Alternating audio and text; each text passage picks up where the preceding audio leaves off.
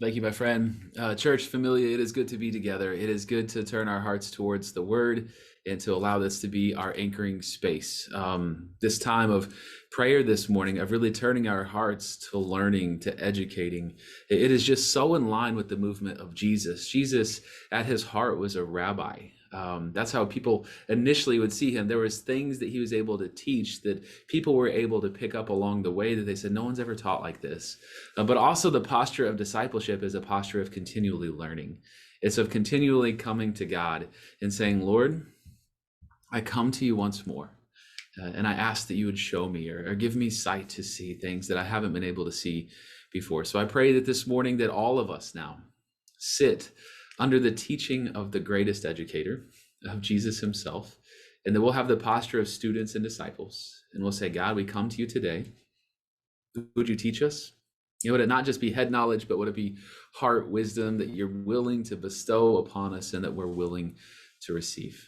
Last week, Pastor Inez talked to us through the book of John and this beautiful story on Thomas, and Thomas was given a new name. As we have done so often as we've walked our way through the book of John since February, we have been hanging out in this gospel account of the goodness of the good news of Jesus since winter time. I know in California, it's hard to tell what season that was because there was probably sunshine and blue skies at that point as well. But that was a different season. That was all the way back in winter. But these movements have reframed the way that we maybe once saw something with an old lens. And together as the church, God has given us what Pastora called that second touch, where at first we saw things maybe a little blurry at different seasons of our life, but now God is coming back and saying, look again. I know you've seen this before, but I have something new to show you. Allow me to touch your eyes to see something new. So doubting Thomas becomes curious Thomas. It's a disciple who seemingly needed more. Although if you really look at the text, he wanted just what his other friends had gotten. All he wanted was the same thing that they had been able to receive as well. He just wanted to see Jesus. And in the opportunity to see, the opportunity to touch. There were plenty, though, all throughout the book who saw Jesus, but didn't see Jesus. And so lest we minimize Thomas's belief by saying, well, he had to see to believe, there were many all throughout this book as we've been walking through John who saw Jesus, but didn't see Jesus. So sight is not necessarily the greatest indicator of faith. You still have to have eyes to see. So Thomas's declaration that sight and that touch would lead to faith is a realization on his part that he does have eyes to see. He does have a heart that's willing to see. If only Jesus would meet him in that place. And Jesus does. And Jesus did. Our God is big enough to hold you and near enough for you to hold him. Like, how beautiful is that? Our God is big enough to hold you, to hold your need, to meet you right where you are, but also near enough for you to hold right back onto God. And so Thomas believed. As we look at the scriptures this morning, we take a quick reminder of where we've been in the story. Thomas says to Jesus in verse 28, my Lord and my God. And then Jesus says back to him, because you've seen me, you have believed. Blessed are those who have not seen and yet believed. And I believe that that blessing is actually for us. I believe that second word is not to shame Thomas or to doubt Thomas. It's actually a blessing to bestow onto those who are going to have to trust Thomas's eyes for us as if they were ours. We're going to have to trust Thomas's touch as if it were ours. And they're saying, you saw me, you believed, but there are going to be blessings for those who will not have the same incarnate opportunity as Thomas has had. And so we are those inheriting this blessing, those who have not been able to see as Thomas saw, but we see through Thomas's eyes and we believe. And then John seemingly closes the book. This is verse 30 of John chapter 20. And it says this, Jesus performed many other signs in the presence of his disciples, which are not even recorded in the book. But these are written that you may believe that Jesus is the Messiah, the Son of God, and that by believing you may have life in his name. Man, as I look in my Bible, as I look in these scriptures, as I look at these words on this page, Jesus performed many other signs in the presence of his disciples, which are not recorded in this book. These are written that you may believe that Jesus is the Messiah, the Son of God, that by believing you may have life in his name. You get to this part and you're like, what a beautiful ending. What a beautiful ending to the story. Roll credits. Who was the key grip on this thing? Is there going to be a scene that's bonus and extra? I don't know, but maybe we'll sit around long enough. But this feels like the kind of ending that is filled with the thesis statement. It's filled with the conclusion. It's filled with this beautiful like bookend resonance all the way back to chapter 1 of you may believe and that you may have life, and that go all the way back to John chapter 1. It talks about Jesus come that we might have light and life in him. And this is such a good conclusion that a seminary TA maybe would even give it an A minus. Like it's that good. It's that good that a seminary TA was like, you know what? This is better than a B plus, I think. I think I'm going to give this one an A minus. I think John, the disciple of Jesus, maybe even got an A minus on his seminary paper of the gospel. And I think John himself, after he finishes this kind of conclusion, I think he just sets down his quill, drops it, pours himself a drink, kicks his feet up on a table, lights a fire in the fireplace, and is like, man, I just wrote some good stuff. People are going to love that one day. What a beautiful story. The redemption of Thomas, Jesus appearing to the disciples, this realization that so many other things happened and couldn't even fit them in this book, but these are written so that we may believe, and that by believing we would have life. And scene.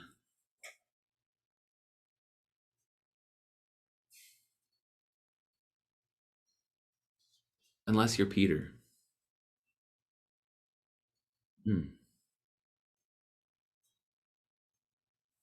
There's this disciple named Peter who was to be the rock of the church. These are words that Jesus gave him along the journey. Simon, you will be Peter, and you're going to be the rock of my church. Except the last time we saw Peter in the story, he had denied Christ 3 times. Something he swore he would never do. It just did not even seem feasible or even possible to Peter, because his faith was so strong, his fellowship was so true, his personality, his heart were so bold and brave. Lord, if it's you calling me, I will step out of the boat right now and I will walk to you on this water. There's nothing that could get in the way of my faith following you, Jesus.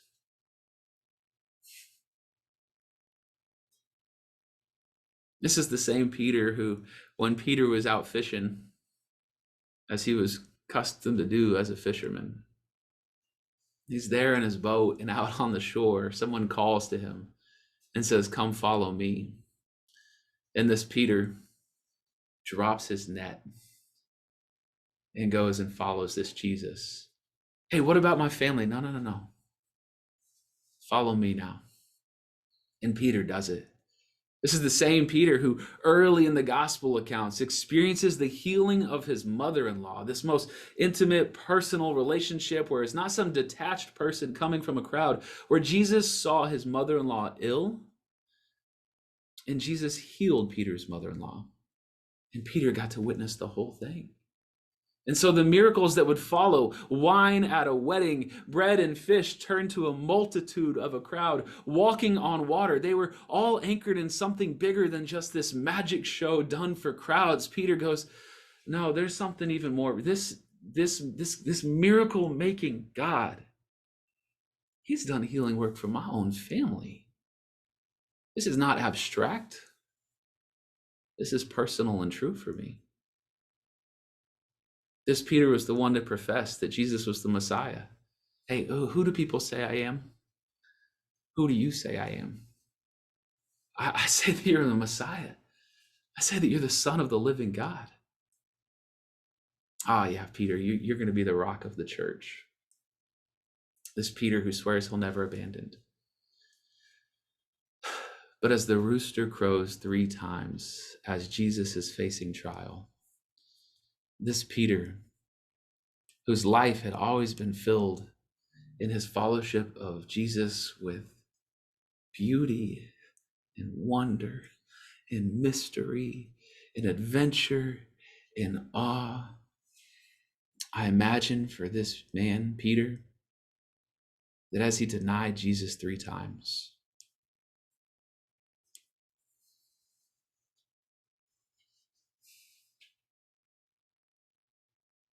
I imagine even when he saw Jesus' resurrection, Jesus showing up at an empty tomb, Jesus showing up and walking in rooms, Jesus appearing to the disciples, Jesus showing up and allowing Thomas to touch him. I imagine the whole rest of the time that Peter is just sitting with this filter where the color's all gone. Why? Because at its core was still this deeply personal, relational fellowship of Jesus. And so as much as Jesus would resurrect and provide miracles to others, if Peter doesn't have this redemptive movement for himself, then that filter sucks the color out of everything, even resurrection. Yeah, John 20 seems like a beautiful ending to the story, unless you're Peter. And so as you work your way back through the story, and if your Bible's anything like mine, there's this beautiful surprise at the end of John chapter 20. We call it chapter 21. God writes another chapter.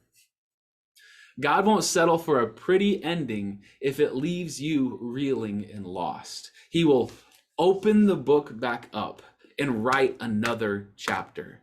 God will give the opportunity and possibility for a new chapter to be written in your life. The story seemed over. The story seems over. But what about Peter? And asking what about Peter is like asking what about us? Because just as we are to see through Thomas's eyes, to touch through Thomas's hands, so are we to believe and follow through Peter's believing and following. He extends the invitation to us. And so with great surprise, we sit through the credits and we realize that we are the lucky few that are still hanging around the theater to realize there is a bonus scene. There is something that's just about to pop up, even though we already felt like we sat through the most beautiful ending possible. This is John chapter 21. It says, afterward, Jesus appeared again to his disciples by the sea. It happened this way. Simon Peter, Thomas, Nathanael, the sons of Zebedee, 2 other disciples, they're all together. And Simon Peter says, I'm going out to fish. Why do you go out to fish? Because it's what you know. You're a fisherman. And so after a death, even after a resurrection, even in the midst of your grief and your pain, your denial, your sin, your shame, you just get back in the boat. It's who you are. And who he is someone that others follow. I'm going out to fish, Simon says. And they said, we'll go with you. So they went out and they got into the boat, and that night they caught nothing. Early in the morning, Jesus stood out on the shore, but the disciples did not realize it was Jesus. He called out to them, friends, haven't you any fish? No, they answered. Well, then throw your net on the right side of the boat, and you'll find some. Now, just a quick word to the people in the house. If you were ever on a shore, you best not give fishing advice to people out on the sea unless you're Jesus. He's the only one in the history of humanity and divinity that can pull this off. Anyone else, you're getting rocks thrown at you. Anyone else, you are going to hear a plethora of profanity uttered your way. And yet, the miracle of this story is not so much what happens. I think the miracle of the story is that they listened. that they were so desperate that they go, you know what? That makes a ton of sense. Yeah, we're out here on this huge body of water. It must be on the other side of the boat. Why didn't we think of that? So, when they did, they were unable to haul the net in because of the large number of fish. Then the disciple whom Jesus loved said to Peter, "It is the Lord." As soon as Simon Peter heard him say, "It is the Lord,"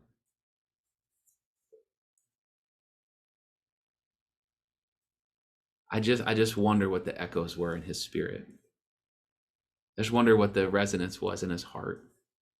I wonder what the eyes clicking and opening again. As soon as Simon Peter heard him say, "It is the Lord," he wraps his outer garment around him, for he had taken it off, and he jumped into the water. Now, this is the kind of verse that leaves commentators in mystery and shroud for centuries. Why do you put clothes back on to jump in water? A couple of theories here. One, my wife's theory is that she believes Simon Peter thought he was going to be able to walk on water again. So he was going to get all dressed up, step out of that boat, and just walk dry to shore, keeping his eyes on Jesus. Joke was on him. He was not walking on water that day. The other theory is just that he knew he was approaching the king. He knew he was approaching the Lord. So even if he was going to be sopping wet, he's going to approach with the dignity of putting his garment back on as a way of honoring the one who he was swimming towards. The other disciples, they follow in the boat, towing the net full of fish, for they were not far from the shore, about 100 yards. When they landed, they saw a fire of burning coals there with fish on it and some bread. Jesus said to them, "Bring some of the fish you've just caught."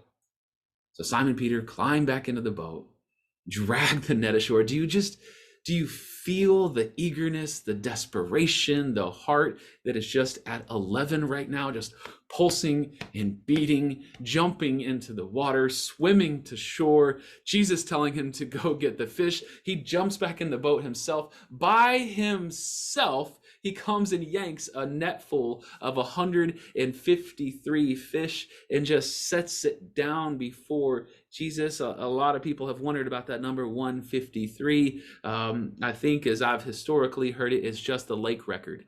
And so they just, if you're a fisherman, you have to name the record of the lake. And so they just put it out there for everybody to see.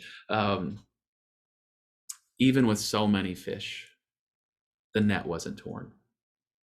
Jesus said to them, "Come and have breakfast." None of the disciples dared ask him, "Who are you?" For they all knew it was the Lord. Jesus came, he took the bread, and he gave it to them. And he did the same with the fish. And this was now the third time that Jesus had appeared to his disciples after he was raised from the dead. The third time. This number 3 will become important to us in just a moment. As we see this new chapter being written, a new opportunity for Peter, what I want us to see in the story is the intimacy and the extravagance of God's love. The intimacy and the extravagance of God's love to write a new story, to write a new chapter, to open up the book and say, the story is not over. I am still writing a story. Be willing to turn the page to a blank one and see what God can still do. God's writing a new story, and it's filled with the intimacy of God's love and the extravagance of God's love. I want us to notice these signposts in the story. I picked up 7 of them along the way, and you'll maybe even be able to spot different ones along the way. But the initial calling out of the boat, that was how Peter was called in the first place. At the beginning of the story, Peter called out of the boat. And so there he finds himself again in a boat. And when Jesus is on shore, he calls Peter back out of that boat once more. The resonance in his spirit, the reminder of, I've lived this story before. I've had my eyes touched once, but Jesus is coming to do a second touch, and I'm going to see something knew. The plunge into the water, a second movement of God's love letter to Peter in this movement, that Peter knew what it was like to step out of the boat and into the water. Although this time it's not filled with the bravery of thinking that I can put my feet up on this water and walk. This time it's filled with the vulnerability and desperation of just throwing your clothes on and jumping in. This is just the beautiful, reckless love that says, I don't care what I look like, I'm coming to you. I'm headed your direction. I don't care if I show up in a mess. I just have to be with you and close to you. The third stone skipped in this story is that they had left their nets. That's how they originally followed Jesus, is that they were fishing in the boat. They dropped their nets. And here God is inviting them to pick them back up again and to try the other side. The nets that they had on their own in the nighttime hour were empty, but when the daylight came, when Jesus was on the shore, and from the commands of Jesus as they obey, and now they fill up their nets with Jesus's guidance. These fishers of men, fishers of women, fishers of children, those who will fish for those who will follow in the footsteps of Jesus. And it was an extravagant amount that showed up in that net.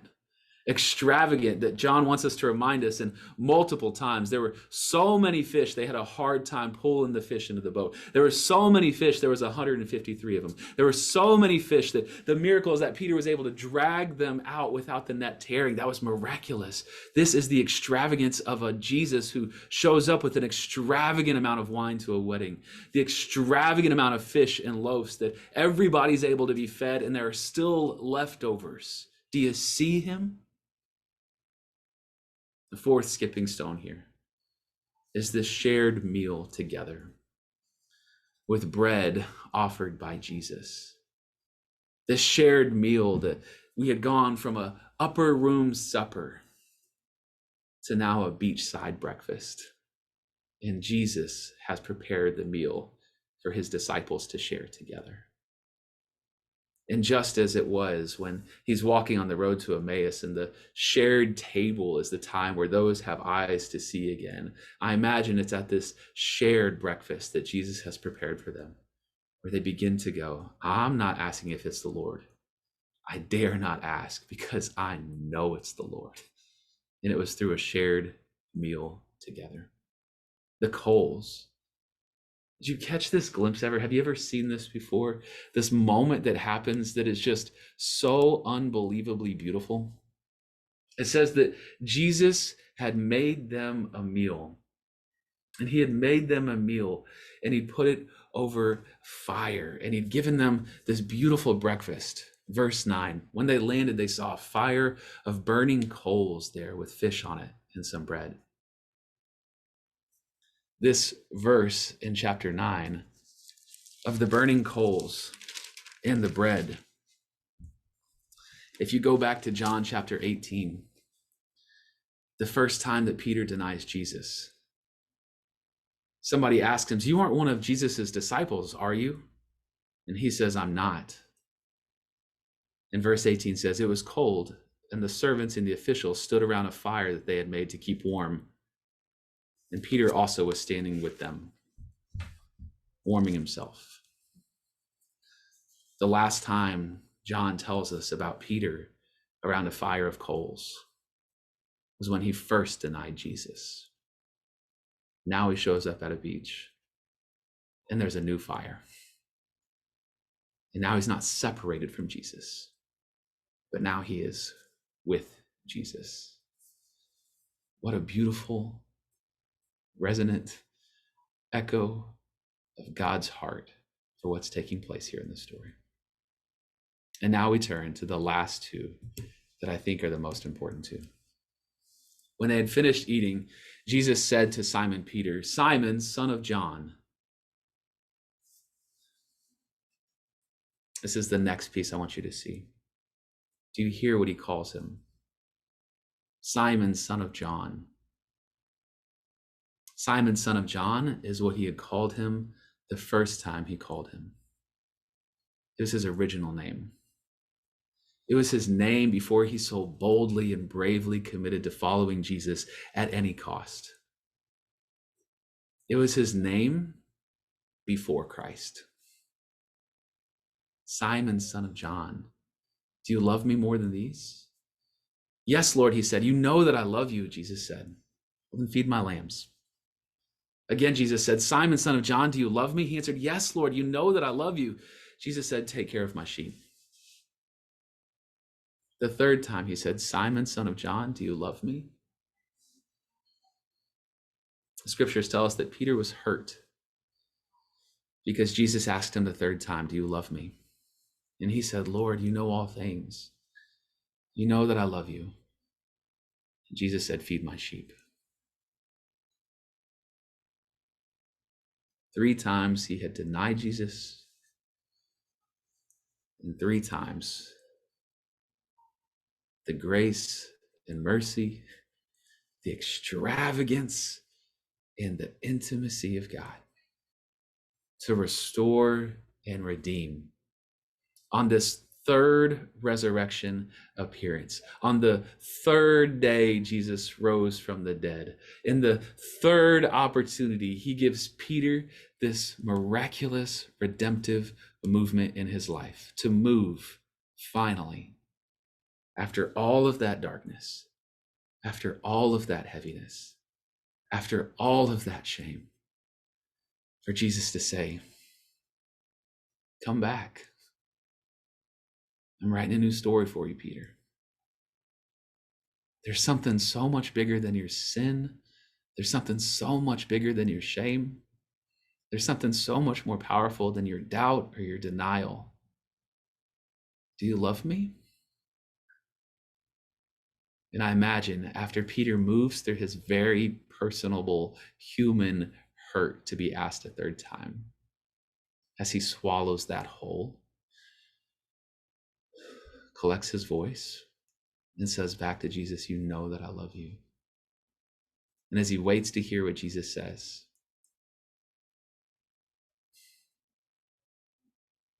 and Jesus speaks back, then be a shepherd.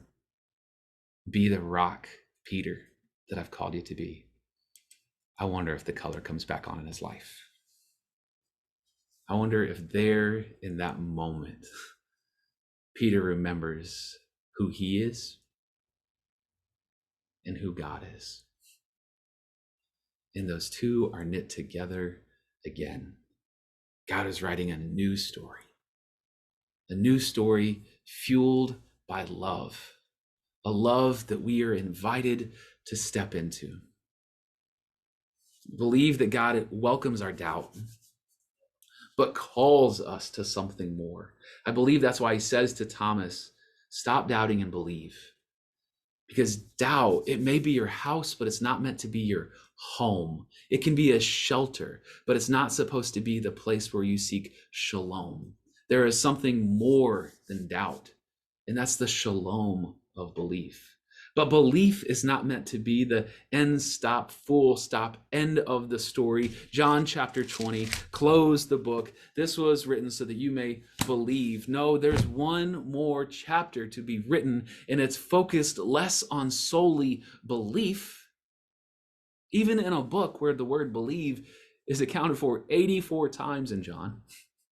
84 times in this gospel account do we hear about belief. And yet, how do you end the story? Yeah, believe is a huge critical part. But if that belief is not anchored and directed and held by the love of God, then it's just blind belief. Then it's just blind faith. Then it's just something that when the first hardship comes, it can just kind of whisper out the window. And so the invitation that Peter gets is the invitation that we get. And it's so much greater than doubt. And it's so much greater than belief. It's love. Do you love me? Because I sure as heck love you. Did you see the love letter that I just wrote out to you? I mean, Peter, Come on, dude. The boat. Remember the boat? Remember how I called you out of the boat the first time? You know how you're in a boat right now? You know the water that you just jumped into? First of all, that was so awesome to see you just like launch into the water, put your clothes back on. The nets, did you see how many fish were on the other side? You know, only I could do that. Like, do you know how much, like, you are a fisherman and you just set the lake record? Can we write that down somewhere? Do you have like a little knife that we can like etch that in some wood so people can know forever that you caught 153? They're going to say this was Peter's Beach. Ain't nobody storming Peter's Beach. He has the lake record. Nobody's ever. Did you see the breakfast that I laid out for you this morning? After a long night out on the water and not catching a single thing, do you see what I prepared for you? Hey, Peter, did you feel the warmth of the fire? Do you remember how cold the last fire you were around was? Did you feel my warmth this time? Because I was with you. Hey, Simon, son of John, what's it feel like to be called Peter again? Hey, you know those 3 times you denied me? Because I don't. No, I just love you. Peter, my son, my boy, my friend, I just love you. I just love you, period. My love for you is so extravagant and so intimate. And the story's not over until you're able to receive that love. I will pursue you all the days of your life like this until you can know how much your God loves you.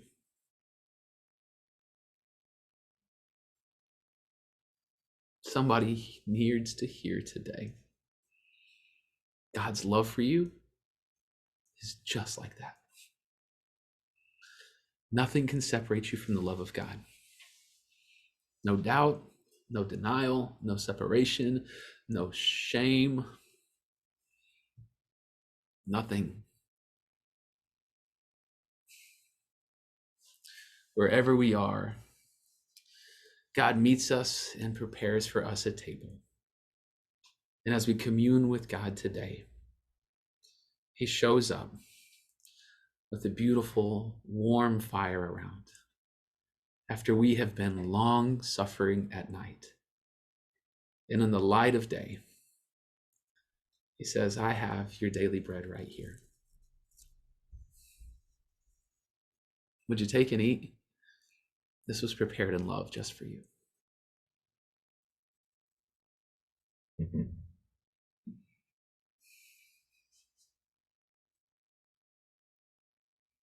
Would you take and eat, church?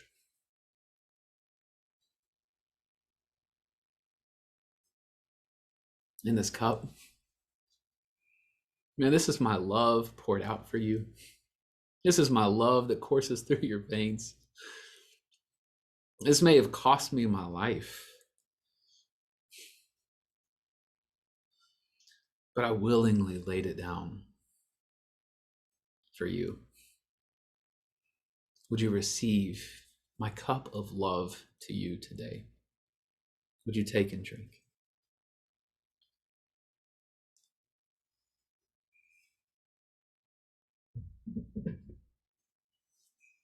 God, we come to you like Peter launching himself out of a boat.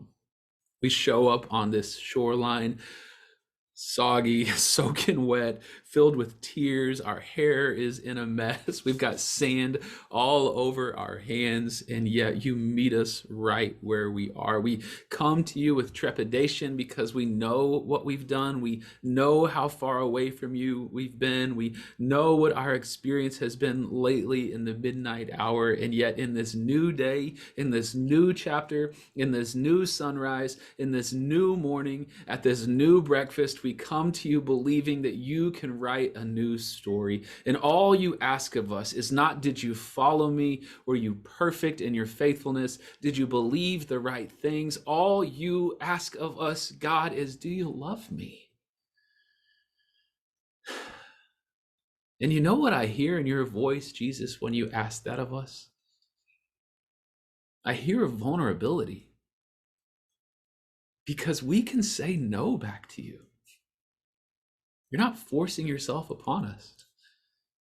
You're not mandating that we be in relationship. No, the vulnerability of God's divinity collides in his humanity, where he turns and asks us, do you love me? And there's no pressure. There's no shame. There's just a holy invitation to say yes.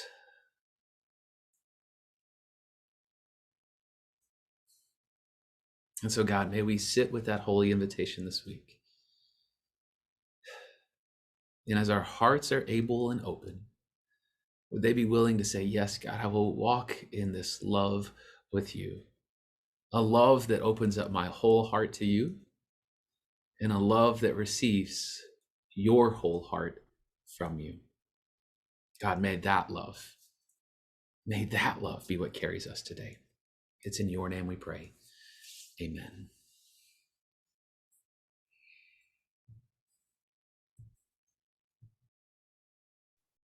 All right, Pastor Bobby.